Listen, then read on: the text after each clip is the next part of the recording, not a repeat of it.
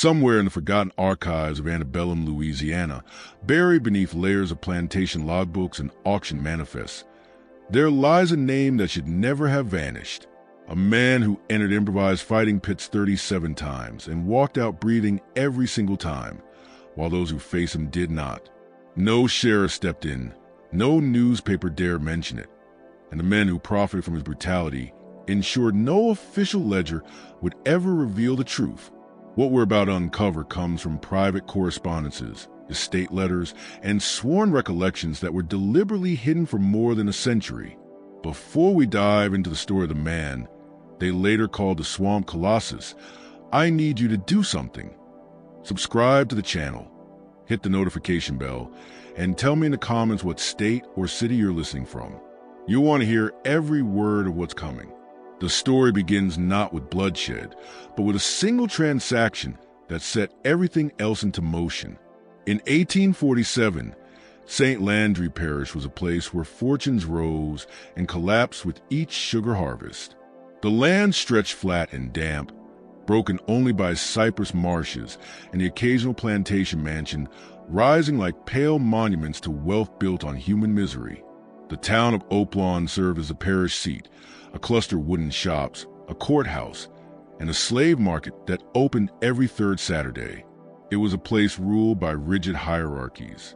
At the top were the planters, men like Bartholomew Marchand, whose family had turned 3,000 acres of Louisiana soil into one of the most profitable sugar estates in the region.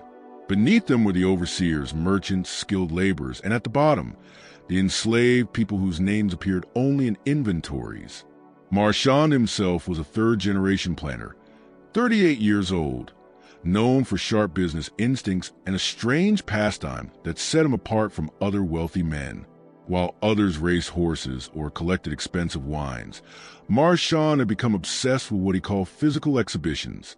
He attended boxing shows in New Orleans, traveled to witness bare-knuckle bouts in Mobile, and had even ventured to Charleston to watch famed fighters perform. But Marchand wanted more than to spectate. He wanted to own a fighter. In September that same year, a slave ship arrived in New Orleans, carrying human cargo from the Carolinas. Among those sold was a man listed as Simeon, estimated to be 24, of exceptional build. The description noted his height at 6 feet 4, remarkable for the era, and his weight at roughly 230 pounds, nearly all muscle conditioned by relentless labor. Marchand paid $800 for him, twice the usual price. Others called him a fool. Simeon had a reputation for resistance, for pushing back in subtle and open ways. He'd been sold 3 times in 4 years, each owner relieved to be rid of him despite his value. The sale bill included a handwritten note. Strong spirit requires heavy discipline. What none of them realized was that Marchand wasn't buying a laborer. He was buying a weapon. The Marchand Plantation sat 7 miles west of Oaklawn, reachable by a dirt road that became a swamp of mud after rain. The main house was a 2-story structure with broad galleries and shuttered windows built to catch whatever faint breeze could ease the crushing heat. Behind it stretched sugar fields, the boiling house, the overseer's cottage, and the cramped quarters where enslaved families lived in conditions barely worthy of the word shelter. Simeon was assigned to the stables at first, a comparatively favored job that confused the others. Stable hands were usually chosen for compliance, for their quiet acceptance of their place. Simeon was neither compliant nor accepting, but Marchand had a plan. For 3 weeks, he simply observed. He watched Simeon's movements, tracked the control strength behind every task, studied the man's eyes, searching for something he couldn't quite name, a trait that separated a mere survivor from someone who could be turned into a fighter. He found it one October afternoon when an overseer named Dustin Keller decided to assert his authority. Keller was infamous for cruelty, a man who used violence purely to indulge himself. He took offense at something Simeon did, or didn't do, and swung his whip. Simeon caught his wrist midair. The plantation fell silent. What should have followed was obvious. Simeon should have been dragged to the whipping post, punished savagely, and used as a lesson that resistance only worsens suffering. Instead, Marchand stepped into the stable, surveyed the scene with a single glance, and ordered Keller to leave. The overseer sputtered, protested, demanded discipline. But Marchand repeated himself, and this time the argument ended. When Keller was gone, Marchand turned to Simeon. They stared at each other in silence until Marchand finally spoke words chosen with precision. "I know what you are," he said. "I know you won't break, and I won't waste my time trying. But I'm going to make you an offer, a very dark one." The offer was simple and horrifying. Fight or watch the people you care about suffer. Marchand wasn't foolish. He knew he couldn't control Simeon with force. The man was too strong, too resolute, too willing to die on his feet rather than live on his knees. But Marchand had watched him closely those 3 weeks and had noticed something crucial. Despite his attempts to stay distant, Simeon had formed attachments. A woman named Delia, who worked in the kitchen, an older man called Cyrus, who'd shown him hidden paths through the property, a boy around 10 who followed him around whenever chores allowed. Marchand made it clear, if Simeon refused to fight, or if he lost, those people would suffer. They would be sold off to the most brutal plantations Marchand could find. They would be handed to overseers like Keller. If Simeon refused, they would be handed over to men like Keller with explicit permission to do whatever cruelty they wished, suffering in ways Marchand described with such detached precision that the threat became unmistakable. But if Simeon fought and won, those he cared about would remain safe. They would receive better rations, protection from arbitrary punishments, and Simeon himself would gain certain privileges: improved food, his own small cabin, exemption from the backbreaking field work that destroyed so many bodies long before their time. The first fight was arranged for November 14th, 1847, in a clearing 3 miles from the plantation house. Word had already spread among the wealthiest planters of the parish that Marchand had obtained something unusual. 15 men assembled that evening, each bringing an enslaved fighter of their own, each convinced that his champion would prove superior. The ring was nothing more than a patch of land cleared of brush, lit by torches stabbed into ground at uneven distances. The rules were explained with the bluntness of barbarism. The match would continue until one man could no longer stand. No weapons, no intervention, no mercy. Simeon's opponent was a fighter named Titan, owned by a planter called H.N. Roussel. Titan had fought 3 times previously and won every match. He was older than Simeon, perhaps around 30, with a landscape of scars across his chest and back, a map of survival in a life shaped by violence. Roussel had brought him specifically to humble Marchand, to prove that brute size could never replace seasoned skill. The fight began just after sunset. What happened during the next 17 minutes established the rhythm of every match that followed. Simeon moved with a fusion of overwhelming strength and chilling control, each strike chosen for maximum devastation. He absorbed blows that would have folded most men, blows that split skin above his brow and cracked ribs, but he advanced with an eerie calm, as though pain were a distant inconvenience. Titan used every ounce of his experience, landing precise hits, maneuvering with practiced footwork, but Simeon outlasted him.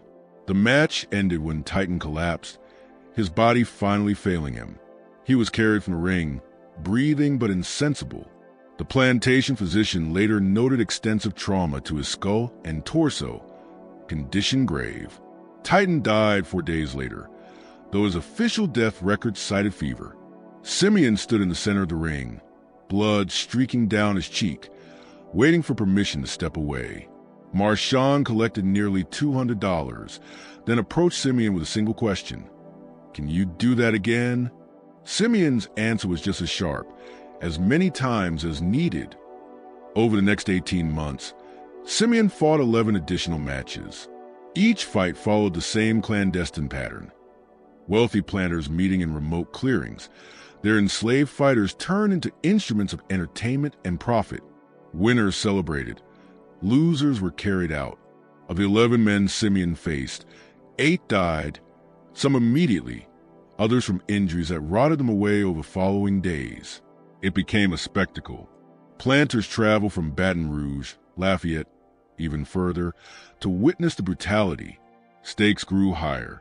Marchand's reputation rose, and he used it to expand his holdings, purchasing new enslaved laborers, investing in state-of-the-art sugar processing machinery. The money earned from Simeon's fights created a river of wealth he could never have amassed so quickly through legal means. But the real cost was being paid elsewhere, in ways that would become visible only years later. Simeon fulfilled his end of the arrangement. He fought whenever summoned, won whenever victory was demanded, and in return Marchand upheld his promises. Delia, Cyrus, and the young boy, Marcus, were shielded, given better treatment than anyone else on plantation. They became the closest thing Simeon allowed himself to consider family. Still, something began to shift. The other enslaved workers watched him with a mixture of reverence and dread. They saw him leave on those mysterious trips, saw him return with wounds that would have crippled ordinary men. Yet somehow Simeon continued as though untouched. Rumors brewed. Some called him blessed. Others insisted he was cursed. A few whispered that he'd struck some kind of pact, though no one could say with whom or what. Among the white overseers and laborers, a different unease took root. They avoided him, spoke only when forced, never met his eyes. Even Keller, the same overseer who once tried to dominate him, now treated Simeon with cautious distance, a respect born of fear. It created an unnatural imbalance in a system built entirely on the submission of enslaved people to white authority, an imbalance that simmered to Plantation like a buried fault line. Marchand ignored it all. He was raking in profits, acquiring prestige, building an empire on one man's fists. He kept meticulous notes in a leather-bound journal, recording opponents, locations, wagers, outcomes. He documented Simeon's meals, his training routines, his physical condition before and after each match. To Marchand, this wasn't cruelty, it was bookkeeping. He was maintaining an investment. What he failed to notice, or refused to acknowledge, was the expression Simeon sometimes wore when watching him. The sharp, silent calculation, the waiting. By the spring of 1849, Simeon had fought 19 times, 19 victories, 14 dead opponents. The 5 survivors permanently damaged, unable to work, unable to fight again, reduced to broken property. The 20th fight was scheduled for April 23rd on a plantation near Krotz Springs. Simeon's opponent this time was a man named Cade, owned by a planter called James Wesley Thorne. Thorne was new to the region, having arrived from Georgia the previous year, and he had brought Cade specifically for this event. Cade had allegedly killed 6 men in Georgia, each victory adding to his dark reputation. The purse for the match was $500, an enormous sum that reflected the weight of expectation. Thorne had been boasting that Cade was unstoppable, that Simeon's record would finally shatter on April 23rd. They took sides, placed reckless side bets, and gathered at the designated Oak Grove with an anticipation that bordered on bloodlust. The ring sat beneath a canopy of ancient live oaks draped in Spanish moss, the torches casting long, quivering shadows across the eager crowd. Simeon and Cade faced one another as the rules were recited, rules everyone knew were relevant because only one principle mattered: survival. The fight lasted 23 agonizing minutes. Cade was everything Thorne had promised: powerful, seasoned, and merciless. He fought with precision that suggested genuine training, not mere brawling, aiming at joints, striking nerve clusters, targeting Simeon's arms and ribs with a strategy designed to break him down piece by piece. For the first time since the match with Titan, Simeon appeared truly in danger. Cade's blows staggered him, opening a gash over his left eye that bled so heavily it clouded his vision. The crowd shifted uneasily, sensing they might witness Simeon's first defeat. But something changed in the 16th minute. Cade delivered a brutal strike to Simeon's ribs, a crack echoing across the clearing, and Simeon dropped to one knee. Thorne was already celebrating. Marchand's face had drained of color. Spectators leaned forward, expecting the end. Instead, Simeon rose. What followed was described in multiple journals and letters written by men present that night, and their account aligned almost perfectly. Simeon didn't simply continue fighting. He shifted into something feral, something beyond ordinary brutality. His calculated movements gave way to raw, terrifying force. He absorbed Cade's strikes as though they were meaningless and responded with intensity that shattered any illusion of humanity. The fight ended when Simeon delivered a blow to Cade's temple, so loud the entire crowd heard the impact. Cade was dead before his body hit the earth. The grove fell silent. Even the sound of the Louisiana night, the frogs, the insects, the distant bird calls, seemed to vanish. Simeon stood over the corpse, his breathing ragged, blood streaking across his face and torso. When he finally raised his gaze, several men instinctively stepped backward. Marchand collected his winnings, but for the first time he looked unsure. He had witnessed something that unsettled him deeply, something he could not entirely explain. On the ride back to the plantation, he kept glancing at Simeon, as though looking at him clearly for the first time. "You could have finished it earlier," Marchand finally said. "You were playing with him." Simeon didn't answer at once. When he did, his voice was calm, almost soft, but perfectly clear. "I was teaching him something, and everyone watching." Marchand frowned. "Teaching him what?" Simeon's answer was simple: "That I can't be beaten." Something in those words chilled Marchand. He had wanted Simeon to be unbeatable. That had been the entire purpose of this enterprise. But there was a vast difference between training a victorious fighter and witnessing whatever had occurred that night. Controlled violence was one thing. Revelation was another. They returned in silence. For days afterward, Marchand found himself rereading his leather-bound journal, searching for the moment everything had shifted. When had this stopped being about profit? When had Simeon ceased being merely dangerous and become something far more unnerving? He never discovered an answer, and by the time he realized he should have been searching for one, the moment had already passed. The fight with Cade reshaped the region in ways that rippled far beyond that oak grove. Word spread to the hidden communication networks of enslaved people. Whispered stories carried from plantation to plantation, faster than any plantation owner imagined possible.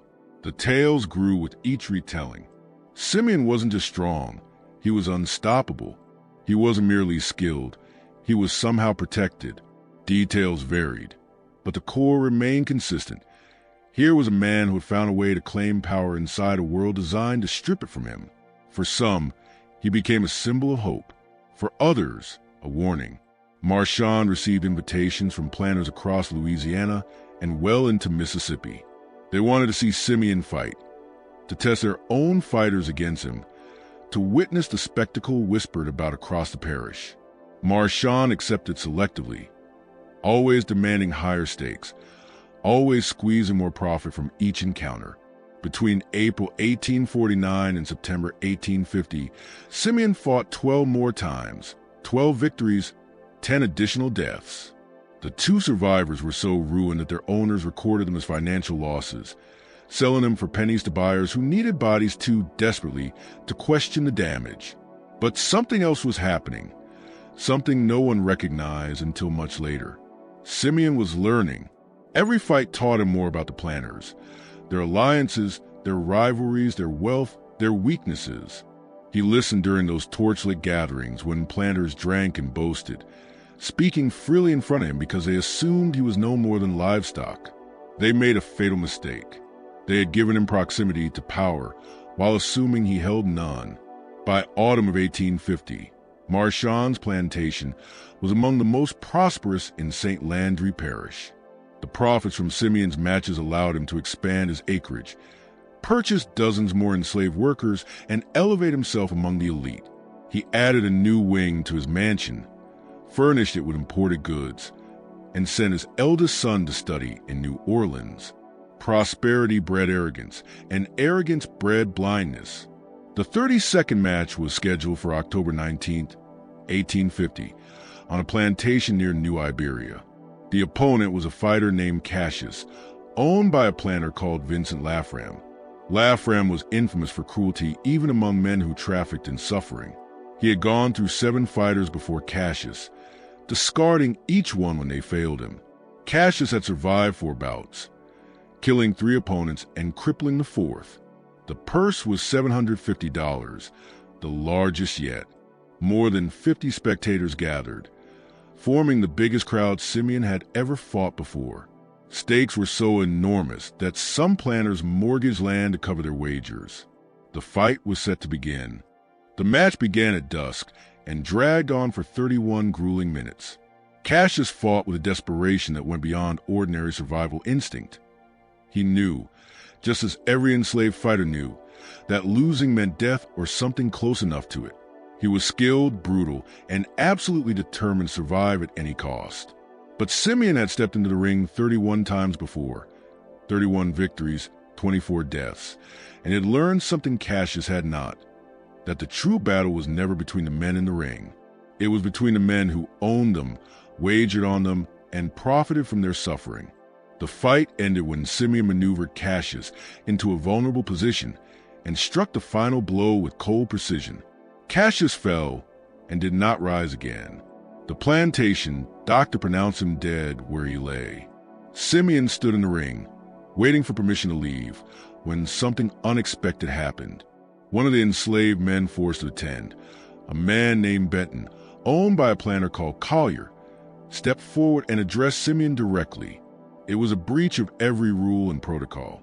Several overseers moved to stop him, but something in the moment froze them. "How many?" Benton asked. Simeon understood instantly. 32. Benton stared at him. "And you're still here?" The exchange lasted only seconds, but its meaning was profound.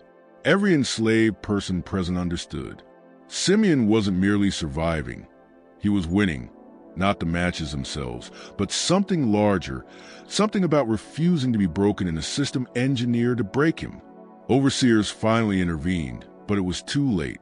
As Simeon left the ring, several enslaved workers met his gaze directly, something that would normally result in brutal punishment. But now, the message was unmistakable. They saw him. They understood. Marchand collected his winnings quickly and left, sensing the atmosphere had shifted into something he no longer recognized. On the way back to his plantation, he finally voiced a fear that had been building since the night of the fight with Cade. This has to stop. Simeon, sitting in a wagon bed with his hands bound, a new precaution Marchand had recently adopted, said nothing. "I mean it." Marchand continued, not fully sure whether he was speaking to Simeon or to himself. "This has gone too far." But of course, it hadn't gone far enough. Not yet. The problem with creating a legend is that legends develop their own momentum. Marchand wanted to end the fights, to step away from the enterprise that had enriched him but now unsettled him. But the other planners refused to let it end. They had staked their reputations, their egos, and their profits on the spectacle Simeon provided. They pressured Marchand, reminding him that declining meant jeopardizing business ties, community standing, and influence within society built entirely on mutual obligation among the elite. So the fights continued. Fight 33 against a man called Prometheus. 12 minutes. Dead. Fight 34 against a man named Atlas. 19 minutes. Dead. Fight 35 against a man called Hannibal. 27 minutes. Dead. With every match, Simeon's legend grew. Each victory reinforced the belief spreading among enslaved people across the region. Here was a man who could not be beaten. A man who had somehow transcended the constraints that oppressed them all. Rumors evolved into mythology. Simeon could see the future. Simeon had been chosen by some power. Simeon would lead them to liberation. Simeon himself never fueled these stories. He fought when ordered. He won every time. And he kept learning, listening, gathering information about the men who claimed ownership over him in the system that upheld him. Marchand's journal entries from this period reveal rising anxiety. On November 23, 1850, he wrote, "The fights have become something I no longer command. Simeon wins, as always, but the nature of these victories disturbs me. He is not simply defeating opponents. He is sending a message, though to whom I cannot determine. On December 8th, received word that 3 enslaved workers on the Roussel estate resisted their overseer. They invoked Simeon's name, claiming to follow his example. The matter was handled with the usual punishments, but it reveals a danger I had not anticipated. On January 14th, 1851, I have decided the 36th fight must be the final one. I will announce this to the other planners. The profits have been considerable, but the risks have grown far too great. But Marchand never issued that announcement because on January 19th, 1851, everything changed. A young overseer named Thomas Gaines, newly hired and overeager to assert his authority, decided Simeon had been granted too much leniency. He confronted Simeon near the stables, insisting he perform a menial task at once. Simeon, who had been instructed by Marchand to rest before the upcoming fight, explained this. Gaines struck him across the shoulders with a riding crop. What followed was witnessed by 7 people. For enslaved workers, 2 overseers, and a merchant visiting to discuss a supply contract with Marchand. Their accounts all agree. Simeon did not retaliate. He simply turned and walked toward the main house, ignoring Gaines's repeated commands to stop. Enraged, Gaines chased him, raising the crop again. Marchand emerged from the house just as Gaines closed the distance. He instantly recognized the danger and ordered Gaines to stand down. Gaines, too furious to restrain himself, turned on Marchand and said something that witnesses later avoided repeating, though it reportedly questioned Marchand's authority and accused him of creating a dangerous precedent. Marchand fired Gaines on the spot. Gaines stormed off, but not before giving his own grim prediction. You've made something you can't control, and when it turns on you, don't say I didn't warn you. That evening, Marchand sat alone in his study, with his journal open, but he found himself unable to write. For over 3 years he had kept these records. Every match, every victory, every transaction, what had begun as a simple ledger, had gradually become something else. A chronicle of his growing dread about the thing he had built. Eventually he forced himself to record a single sentence. Gaines was right. But even then he did not stop. The 36th fight had already been arranged, scheduled for February 2nd, 1851. The opponent was a fighter called Goliath, an almost absurdly theatrical name chosen by his owner, a planter named Austin Boudreaux. Boudreaux had spent 5 years breeding and training enslaved fighters, and Goliath was a pinnacle of his violent experiment. The match took place on Boudreaux's plantation near Brobridge. More than 70 spectators arrived, the largest audience yet. The purse exceeded $1,000. Side bets pushed the total to a sum greater than what most Louisiana families earned in 5 years. The fight began at 8 p.m. on a cold February night. Goliath was enormous, 6 feet 6, at least 250 pounds. His size giving him a reach advantage Simeon had never encountered. His power was monstrous. Each punch echoed across the crowd like a hammer striking wood. Simeon endured damage that should have ended the fight repeatedly. Yet he stayed upright, kept advancing, remained somehow untouchable in ways beyond normal resilience. The match lasted 42 exhausting minutes, the longest yet. Both men stood drenched in blood, swaying from fatigue, drawing strength from reserves that seemed impossible. The crowd had fallen silent, witnessing something that felt less like a contest and more like a test of something fundamental: will, survival, identity. Simeon finally ended it with a rapid combination that drove Goliath to his knees. The final strike, a crushing blow to the side of the head, produced the unmistakable sound everyone who attended these fights had come to recognize. The sound of something essential breaking. Goliath collapsed forward and lay still. The plantation doctor rushed in, examined him, and confirmed what no one doubted. Dead on impact. Simeon remained standing in the center of the ring, barely. His face and torso were coated in blood, one eye swollen entirely shut, his breathing ragged. And yet, when he looked at the spectators, several stepped back as if recoiling from something otherworldly. Marchand gathered the winnings $1 for 100 and approached Simeon with rare caution. "We're finished," he said quietly. "No more fights. I mean it this time." Simeon's response was so soft it nearly vanished beneath the murmuring crowd. "One more," he said. 37. I need one more." Marchand wanted to refuse. He wanted to end whatever monstrous momentum had taken root. But when he looked into Simeon's eyes, he understood immediately. This wasn't a request. It was an inevitability. There would be one more fight, whether Marchand agreed or not. "Why 37?" he asked. Simeon's answer was simple and terrible. "Because that's how many it takes." Marchand never wrote what he thought that meant. Perhaps he feared the answer.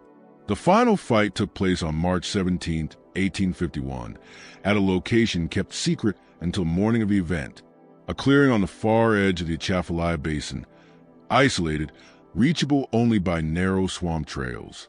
The secrecy was necessary. By then, law enforcement had begun asking questions.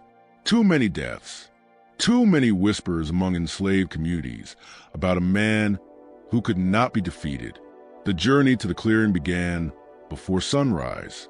Marchand arranged for Simeon to travel separately, navigating backwater channels only known to the most experienced boatmen.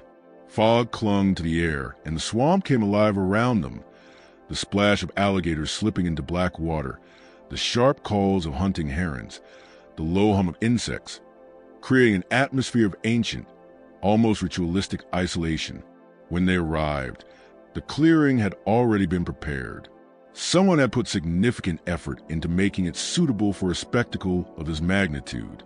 Torches had been set into ground, unlit in the morning light. A crude fighting ring was marked by ropes staked into the soft earth. Wooden planks were laid over the worst mud, so wealthy spectators could stand without sinking. The opponent for this 37 match was a man named Ajax, owned by a planter called Leopold Crane. Crane had imported Ajax from the Caribbean specifically for this purpose, spending nearly 18 months finding someone he believed could finally defeat Simeon. Ajax had allegedly killed 9 men in fights across 3 islands, and Crane had paid a staggering price, $2,000 plus promised business ventures, to secure him. Ajax arrived in chains, a precaution Crane insisted upon. He was enormous, perhaps 6'7", with a build sculpted by years of forced combat. His face carried scars like a map of old violence, and his eyes held a resigned determination, not quite rage, but a hardened acceptance of what survival demanded. But there was something else about this final fight, something revealed only much later. Crane had made a private agreement with several other planners, including a man named Harrison Talbot, who had lost heavily betting against Simeon. They formed a simple plan. If Ajax failed to defeat Simeon in the ring, then Simeon would not leave the clearing alive. They brought armed overseers, stationed them around the perimeter, issued explicit orders. Rifles were passed out. Escape routes were. But he found himself unable to write a single word.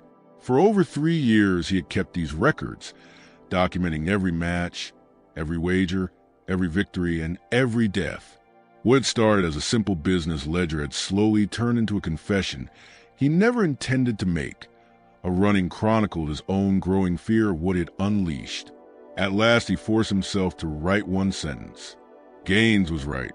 And still, he didn't stop. The 36th fight was already arranged for February 2nd, 1851.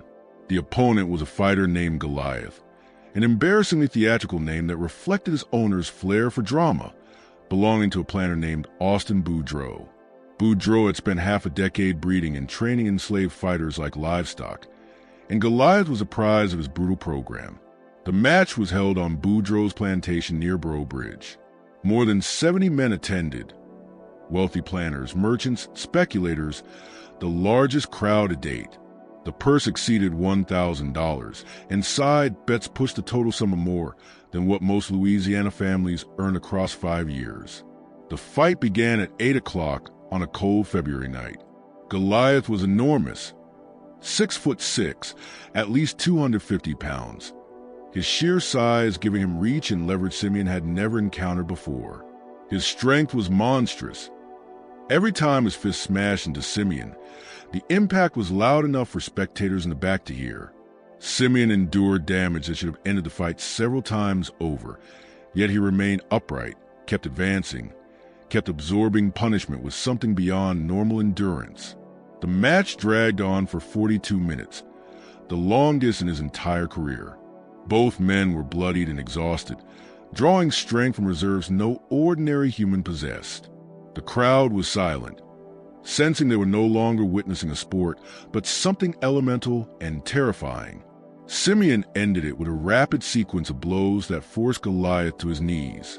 When Goliath attempted to rise, Simeon struck him in the skull with a blow so devastating the sound made the closest spectators flinch.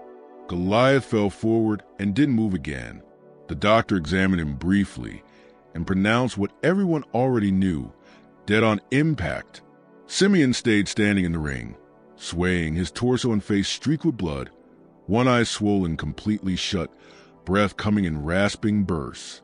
When he looked at the crowd, several men instinctively stepped away, as if backing from something they didn't have a name for.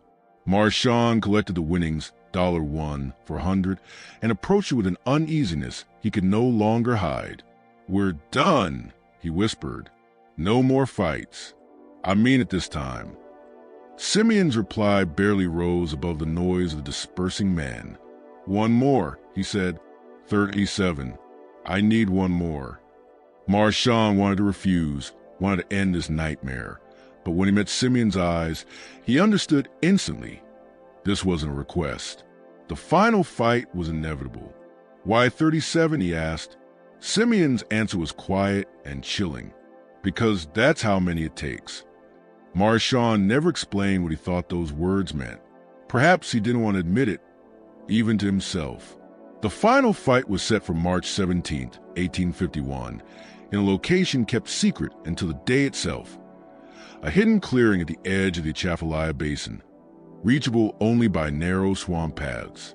By then, too many officials had begun asking questions. Too many bodies. Too many rumors among enslaved communities about a fighter who could not be defeated. The journey to the clearing began before dawn. Marshawn arranged for Simeon to arrive by a separate route, using backwater channels known only to seasoned boatmen. Fog hung thick over the water, and the swamp around them hummed with life. Alligators sliding into black water, herons calling in the shallows, insects buzzing in the morning heat.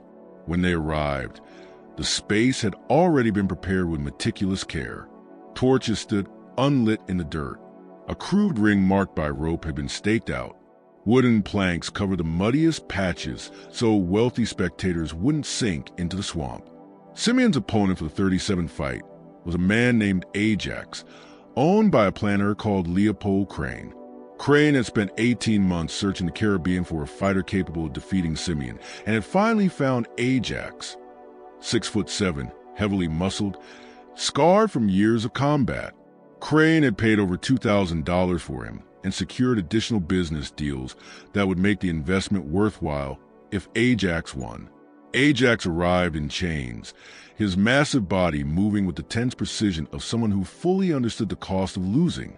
But there was something else about this final match, something only revealed much later. Crane had struck a private agreement with several other planners, including a man named Harrison Talbot, who had lost a fortune betting against Simeon in the past year. Together they crafted a simple plan. If Ajax couldn't kill Simeon in the ring, they would ensure Simeon never left the clearing alive. Armed overseers were stationed around the perimeter. Rifles were passed out. Escape paths were blocked. This remote swamp clearing was intended to be Simeon's grave, one way or another. Marshawn learned of the plot roughly an hour before the fight. An enslaved woman named Patience, belonging to Talbot's cousin, had overheard the conspirators the night before. She recognized enough to understand that Simeon was walking into more than a match. She told her sister, who worked as a cook on a neighboring plantation. That sister risked punishment to find Delia at dawn. Delia slipped a note to Marshawn amid the morning chaos as dozens of people prepared for the journey. The note was short, written in careful letters on a scrap of brown paper. They mean to kill him no matter what happens in the ring. Marshawn faced a choice that would define the rest of his life. He could warn Simeon and destroy every relationship he had with the powerful men who control credit, transport, and politics across the region. Or he could stay silent, let the inevitable occur, and accept his role in creating the legend that those same men now felt compelled to destroy. He chose neither. Instead, he went to Simeon and told him everything. They stood at the edge of the clearing, away from the growing crowd. The swamp murmured around them. Marshawn handed him the note, explained who had conspired, where the gunmen were placed, and how the plan would unfold. Simeon listened in silence, his face unreadable. When Marshawn finished, there was only the hum of insects and distant water. Simeon finally asked one question. The people you promised, Delia, Cyrus, Marcus, will they be safe? I'll protect them, Marshawn answered, and to his own surprise, he meant every word. After 3 years, those 3 people were no longer leverage or property. They were responsibility, perhaps the only moral thread he still clung to. Simeon nodded slowly. Then it doesn't matter what they've planned. You can't fight if you know they're going to kill you anyway, Marshawn pleaded. We can leave now, New Orleans, the Gulf, anywhere. I can pay for passage. You can disappear. No! Simeon's voice left no space for argument. 37 fights. That's what it takes. What does it take? Marshawn asked. What are you talking about? But Simeon had already turned toward the ring, walking with the calm assurance of a man who had made his peace with the outcome. Marshawn wanted to grab him, beg him, force him to run, but something in Simeon's presence made it impossible. By noon, more than 80 spectators had gathered, men of influence from across Louisiana, Mississippi, and Texas. The purse exceeded $1,500, with side bets pushing the total above $5,000, enough to buy a small plantation. Yet the atmosphere was not like previous matches. The excitement now mingled with a heavy, uneasy tension. Too many knew or suspected conspiracy. Too many sensed that something more than a fight was about to unfold. Enslaved workers stood in clusters at the edges of the clearing, over 40 of them, watching the gunmen, counting their positions, understanding instinctively that something irreversible was coming. At 2 p.m., the fight was formally announced. The rules, pure theatrics, were recited. Fight until one cannot continue. No weapons, no interference. Ajax was unchained and led forward. He rolled his shoulders, testing his limbs, while Crane whispered last-minute instructions. Simeon entered from the opposite side. Bare torso, rough cotton trousers, feet wrapped in simple cloth. At 6'4" and 230 pounds, he was slightly smaller than Ajax, but his body bore the hardened marks of 3 years of combat. The two men faced each other across 15 feet of cleared ground. The crowd fell silent. Even the swamp seemed to still, as if the entire basin recognized the weight of the moment. A planter named Whitfield, assigned as timekeeper, raised his hand. Fight begins when I lower my arm, he said. Announced. Continue until one man can no longer stand or defend himself. His arm dropped. For the first 30 seconds, neither fighter moved. They circled one another with deliberate slowness, studying posture, timing, the subtle rhythms that reveal strategy or weakness. Ajax had the reach advantage, longer arms, wider strike radius. But Simeon had survived 36 opponents before him and learned how to neutralize such advantages. Ajax struck first. A probing jab Simeon deflected with ease, a test rather than an attack. Ajax followed with calculated combination, measuring Simeon's reactions, mapping his defenses. Simeon absorbed 2 blows, then countered with a heavy strike to Ajax's ribs that sent a loud crack across the ring. The real fight began. For the first 15 minutes, it resembled many of Simeon's previous matches. Ajax fought with expert precision, using techniques that showed he'd been trained in something beyond crude brawling. He targeted Simeon's left eye, still damaged in the Goliath fight. Ribs that never fully healed, joints weakened by years of brutal combat. His plan was clear: stack damage, break Simeon down, wait for the opening that pain and exhaustion would inevitably create. But Simeon had developed his own form of warfare over 36 fights. He absorbed punishment that would have crippled ordinary men and used that apparent vulnerability to set traps. When Ajax committed fully to a devastating strike aimed at Simeon's temple, Simeon slipped inside the arc of the blow and landed 3 rapid punches to Ajax's midsection. When Ajax tried to restore distance, Simeon stepped in closer, forcing the battle into tight quarters where his slightly lower center of gravity gave him edge. The crowd's energy shifted. The early excitement dissolved into something primitive, an instinctive awareness that they were witnessing violence that pushed beyond human limits. Ajax landed blows that should have ended the match. Simeon swallowed them and kept advancing. Simeon fired combinations that should have shattered Ajax. Ajax refused to fall. 20 minutes in, both men bled from multiple cuts. Simeon's left eye was nearly sealed shut. Ajax's breathing grew tight and shallow, signs of damaged ribs. Their movement slowed, but not from fear, rather from the cold calculation of men conserving the last of their strength. The desperation in each strike deepened. Both understood that whoever faltered first would pay with his life. At the 25-minute mark, everything changed. Simeon stopped defending. He walked straight through Ajax's blows, taking punishment that would have flattened lesser fighters, and launched his own attack. The strategy was terrifying in its clarity. Trade blow for blow, damage for damage, and trust that his will outlast his opponent's body. Ajax tried to pull back, tried to reclaim the space needed to use his reach, but Simeon followed relentlessly. Each punch Simeon delivered seemed forged from every humiliation he had endured across 3 years of forced violence. Every lash, every transport, every moment of dehumanization. The crowd fell utterly silent. Several planters turned away. Others leaned forward, unable to look anywhere except the center of the ring. The enslaved workers along the edges did not move. They understood instinctively that they were witnessing something that would burn itself into memory for generations. The fight lasted 33 minutes.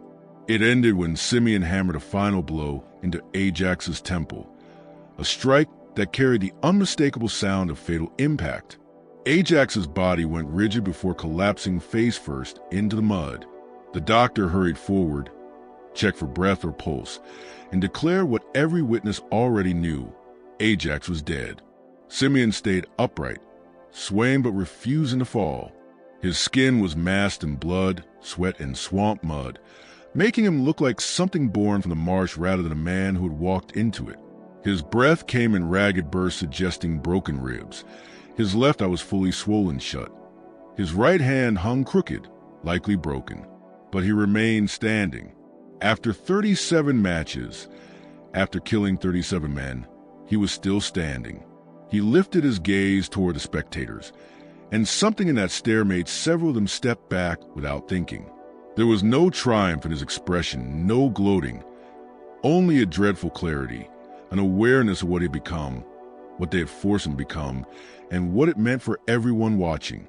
Talbot, standing near the tree line with his armed overseers arranged behind him, gave a subtle signal, a barely perceptible nod. The overseers raised their rifles, aiming at Simeon from 3 directions. The plan was underway. Ajax had failed in the ring, so Simeon would be executed instead, his body left to vanish into the swamp's dark water. But before a single trigger could be pulled, something astonishing occurred. The enslaved workers gathered around the clearing. More than 40 men from different estates across the parish, owned by different planters with different interests, stepped forward in unison. They said nothing. They made no threat. They simply moved into position between Simeon and the rifles, forming a silent human barrier that would require shooting through them to reach him. For a long moment, nobody moved. The tension was so dense that even breathing felt dangerous. The overseers looked at Talbot for direction, rifles still raised but fingers trembling. Talbot looked to the other planters involved in the conspiracy, trying to gauge whether they would stand with him if the standoff turned violent. The planters met each other's eyes and suddenly realized the situation had spiraled far beyond their control. The calculation happened in seconds, a silent flash of panic behind the eyes of men accustomed to believing they ruled every aspect of their world. Shooting Simeon meant shooting through enslaved workers who belonged to other planters, which meant destroying property they had no right to destroy. It meant financial repercussions, legal complications, and the violation of unspoken rules that govern relationships among their elite class. It meant turning a quiet, controlled execution into a public act that would require explanations, investigations, and dangerous scrutiny. But even more than that, it meant confronting the truth they had avoided for over 3 years. Simeon had never been alone. Every match, every victory, every corpse left in the mud had been witnessed by enslaved people who carried the stories back to their plantations. Simeon had become a symbol, a living example that the system could be resisted, that a man could endure what was built to break him. Killing him now, in front of 40 enslaved witnesses who would spread the story far and wide, risked creating a martyr whose legend would be far more threatening than the breathing man before them. Marchand broke the stalemate. He stepped forward, placing himself between the overseers and the human shield of enslaved laborers, and addressed the gathering with a voice that carried across the clearing. The fight is over. Simeon has won by the rules we all agreed upon. Anyone with objections can take it up with me through proper legal channels. It was a remarkable moment. A planter openly defying other planters, standing between his property and their intentions, invoking the very legal system they all manipulated whenever convenient. Men protested immediately. Talbot's face flushed with fury. Crane, who'd lost his fighter, his money, and his pride, shouted that the outcome was unfair, that the match had been rigged. But Marchand's position as Simeon's owner carried weight. In their world, killing another man's enslaved labor without legitimate cause was theft, and theft, even among men who live by exploiting human lives, carried consequences. Simeon had won by the agreed rules, and that single fact, thin as it was, gave Marchand just enough standing. More importantly, Marchand had allies, planters who had profited from Simeon's past victories, who'd won fortunes betting on him, who owed Marchand favors or relied on him for business dealings. These men stepped in now, arguing that changing the rules after the fact would destabilize future arrangements, undermine trust within their class, and create chaos in a system that functioned only because everyone obeyed certain shared protocols. The moment hovered on the brink of violence, and then receded. Overseers slowly lowered their rifles, though their expressions made clear they did so reluctantly. Talbot barked threats everyone knew were hollow, that he'd pursue legal action, that he'd expose the fights to the authorities, that he'd ruin Marchand. Others grumbled and muttered their own complaints, but began drifting toward the boats that would take them back through the swamp. The crowd dispersed, some angry, some thrilled, all of them calculating how this outcome would affect their own dealings, and many looking back at Simeon as if desperate to memorize him. Within an hour, the clearing was nearly empty. Torches were extinguished, the rope ring dismantled. Enslaved workers moved quickly to erase every trace of what had occurred, knowing that the less evidence remained, the safer it was for everyone involved. Marchand approached Simeon, who still stood where Ajax had fallen. The swamp was already reclaiming the ground, water filling footprints, mud swallowing the planks laid out for wealthy men. "We need to go," Marchand said quietly, before they rethink their decision or return with more men. Simeon nodded but did not move. He was looking at the enslaved workers who had stepped forward to shield him, men now preparing to leave under the watch of their owners. He looked at each of them slowly, wordlessly, acknowledging what they had risked for him.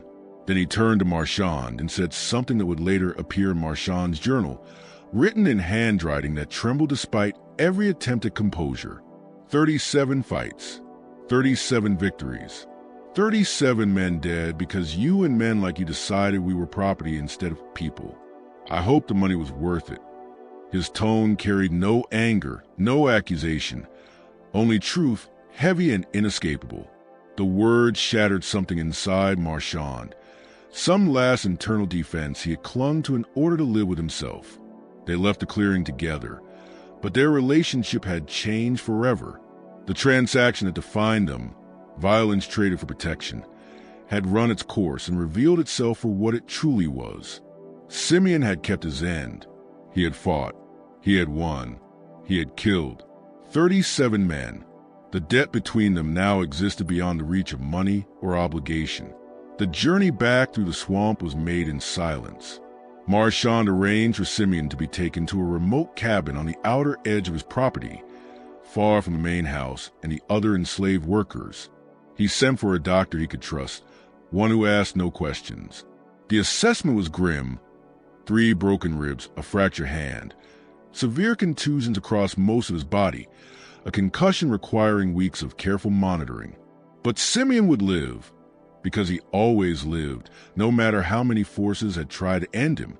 That night, Marchand sat in his study with his leather-bound journal open before him. He had kept these records for 3 years and 2 months, documenting every fight, every victory, every transaction. 37 entries, each listing the opponent's name, the length of the bout, the final outcome. He had tracked Simeon's diet, his training regimen, his physical condition before and after each fight. He had calculated profits, noted expenses, maintained the precise kind of accounting any prosperous planner might keep. Now he read back through those pages, page after page of meticulous handwriting, and tried to understand what he had created. When had this ceased to be about profit? When had Simeon stopped being property and become something Marchand couldn't categorize? When had the fight stopped being entertainment and started feeling like a prolonged nightmare? He never found answers. Instead, he wrote a final entry. The 37th fight has concluded. Simeon remains undefeated. I pray I never witness anything like this again, though I know the guilt of what I've done will follow me for the rest of my life. Then he closed the journal, locked it in his desk, and it would stay hidden for the next 28 years. The aftermath of that final fight spread outward in waves too large for anyone to contain. Word traveled not only of Simeon's last victory, but of everything that happened after. Enslaved workers stepping forward against armed overseers, planters turning against each other, the fragile system showing cracks that hinted at deeper fractures. The story traveled through enslaved communities carried by men and women moving between plantations, through taverns in Oplong where overseers whisper about what they'd seen, through letters planters wrote to business associates in other parishes. Within 2 weeks, some version of what had happened in that Atchafalaya clearing had reached communities across Louisiana and into Mississippi, Alabama, and Texas. The consequences varied. Several planters involved in the conspiracy faced uncomfortable questions from authorities already probing illegal fighting operations. No one was charged. The legal structures of Louisiana protected wealthy men far more than they punished them. But the scrutiny damaged reputations, disrupted business, and strained alliances. Talbot, in particular, faced financial strain when creditors who'd heard rumors about his involvement suddenly demanded early repayment. Crane, who had lost both his imported fighter and a substantial investment, attempted to sue Marchand, claiming fraud, breach of contract, anything he thought might win compensation. But the courts refused to touch the case. Everything involved had been illegal from the start. Crane was forced to accept the loss. In elite circles, his attempt to involve the law made him look weak, untrustworthy, violating the unwritten rules more severe than the fights themselves. But the more profound consequences unfolded in communities outside official power structures, among enslaved people across the region. Simeon's 37 victories became more than stories. They became possibility. Proof that a man forced into a world designed to destroy him could still endure, still think strategically, still hold on to something essential within himself. The story evolved with each retelling. Some versions claimed Simeon freed dozens directly. Others insisted he killed far more than 37. Others whispered that he possessed some rare quality, not supernatural exactly, but something that set him apart from ordinary men. These embellishments didn't weaken the story. They strengthened it. Simeon transformed from an individual into a legend, a symbol that carried meanings larger than any single life. Martian kept his promises with thoroughness that surprised even him. Within 2 weeks of the final fight, Delia received her freedom papers and $150, enough to establish herself in New Orleans with a chance at something beyond bare survival.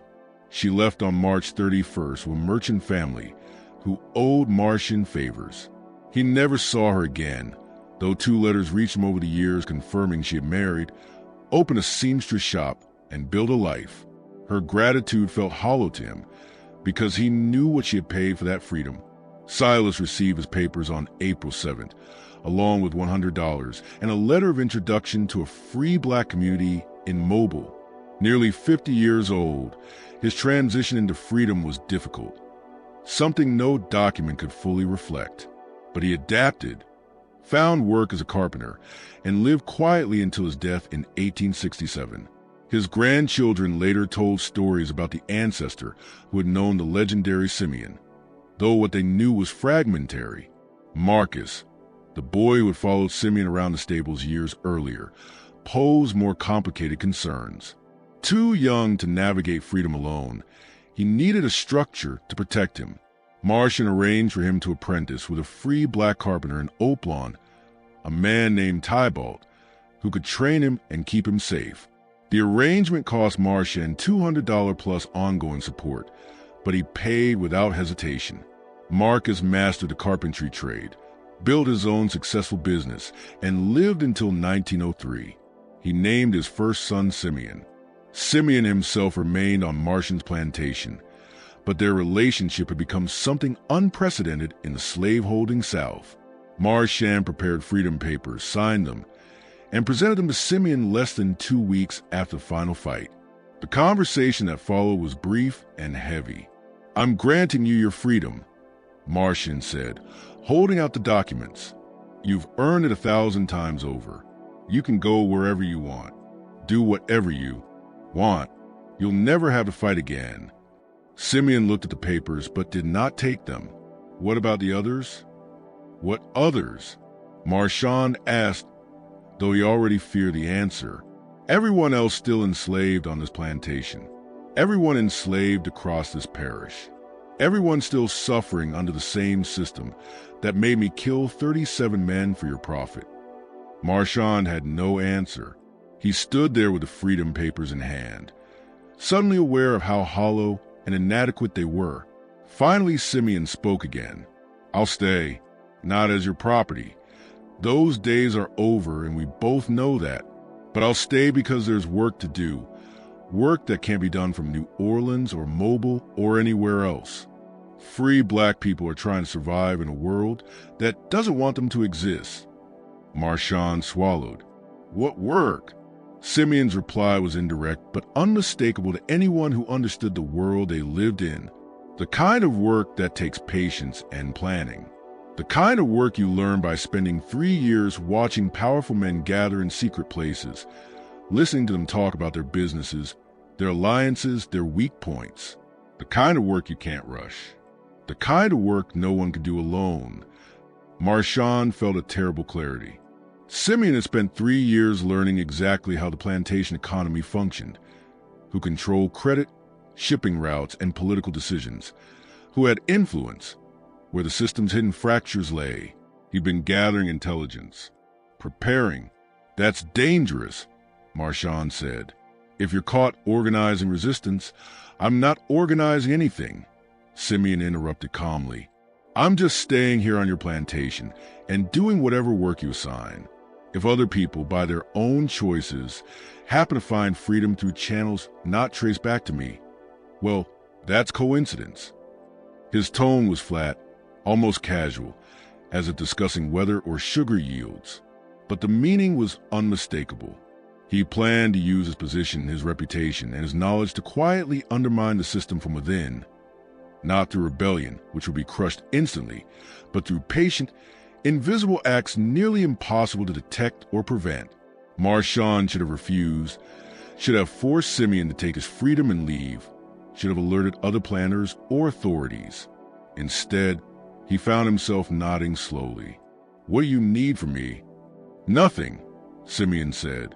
"Just continue treating me as you already do, as if I have some special status among the others. It creates cover, helps me move, helps me talk, helps me arrange things. And don't ask questions you don't want answers to.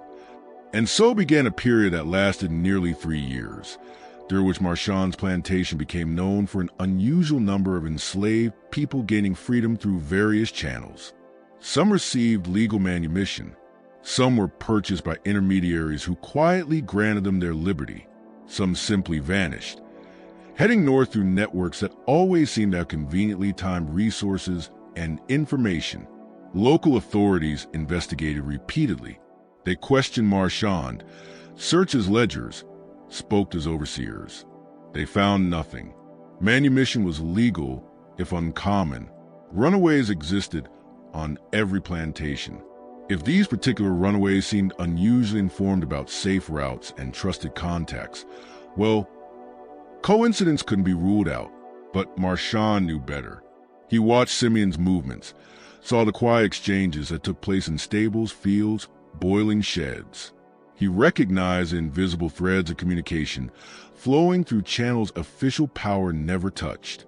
He realized something systematic was unfolding, something rooted in 3 years of accumulated knowledge about how the system worked and where it could be quietly undone.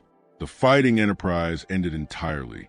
Marchand told the other planters Simeon would never fight again, that the venture was over. Most accepted this, having seen what happened in the Atchafalaya clearing.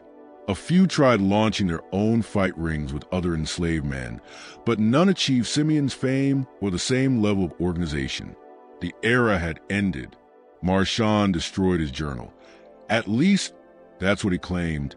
In truth, he removed certain pages, the ones naming men who could be implicated, and burned those.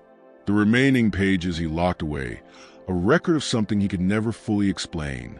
Years later, after his death, his grandson found them and donated them to a historical society with a note that read, "Documentation of activities my grandfather regretted, but believed should be remembered."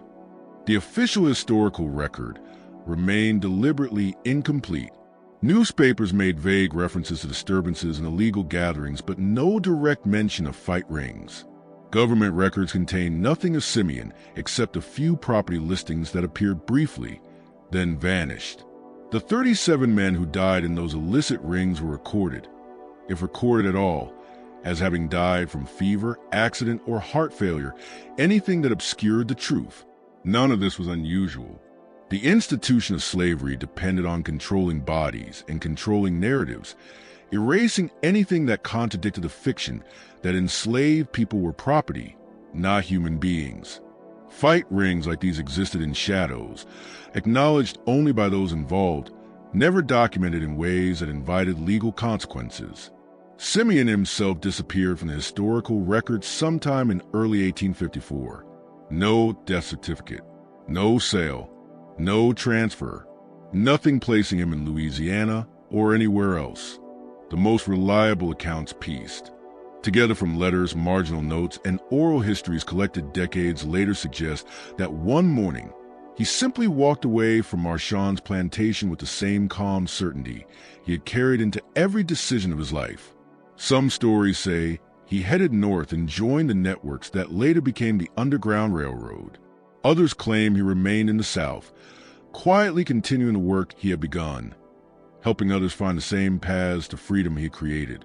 Still others insist he slipped into the deep Atchafalaya swamps, becoming one of the Maroons who lived in the wetlands beyond plantation reach. The truth, whatever it was, remained out of sight. Marchand himself lived until 1879, dying at 70. His obituary in the Oplon newspaper made no mention of the fights. Nothing of Simeon, nothing hinting at the extraordinary events that had shaped his middle years. He had become, at least on paper, a quiet retired planter, remembered mostly for his business sense and his unexpected support for certain Reconstruction policies that offered limited rights to formerly enslaved people. But among his papers was a letter dated April 15, 1865, the day after Lincoln's assassination. It contained 2 paragraphs written in handwriting that shook between discipline and barely suppressed emotion. I have lived with the knowledge of what I did for 24 years. I forced a man to kill 37 others for my profit and my entertainment. I told myself I was protecting him, granting privileges, keeping my part of some bargain. The truth is simpler.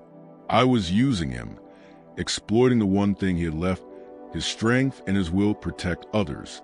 The fact that he survived, that he became something beyond what I tried to shape him into, is no credit to me. It is proof of something in him I never understood and never will.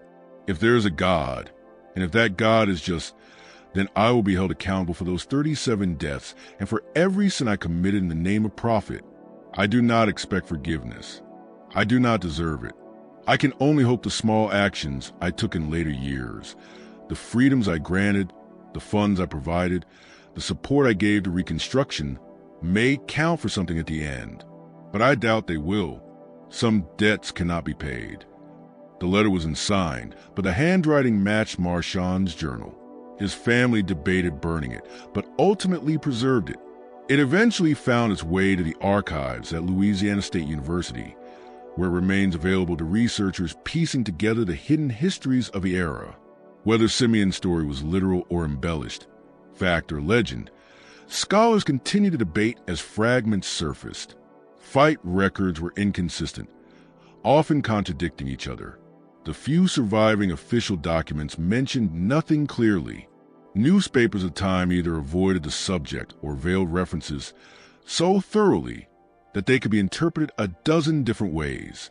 But among the descendants of enslaved communities in St. Landry Parish and surrounding regions, the story remained astonishingly consistent.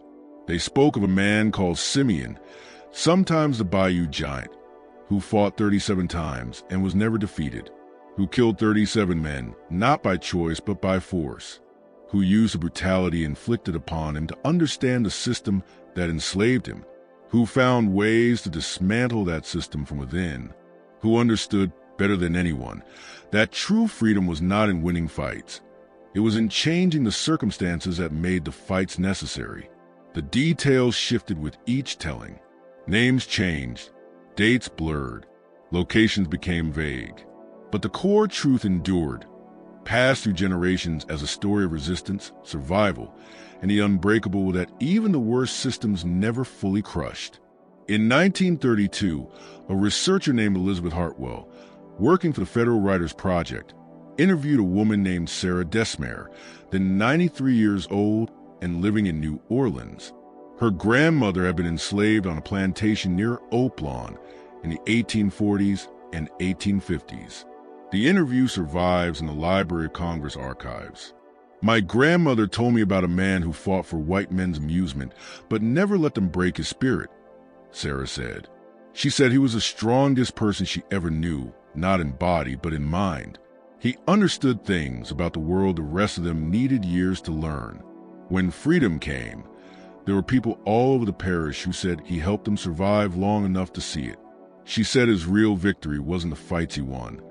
It was the people he saved.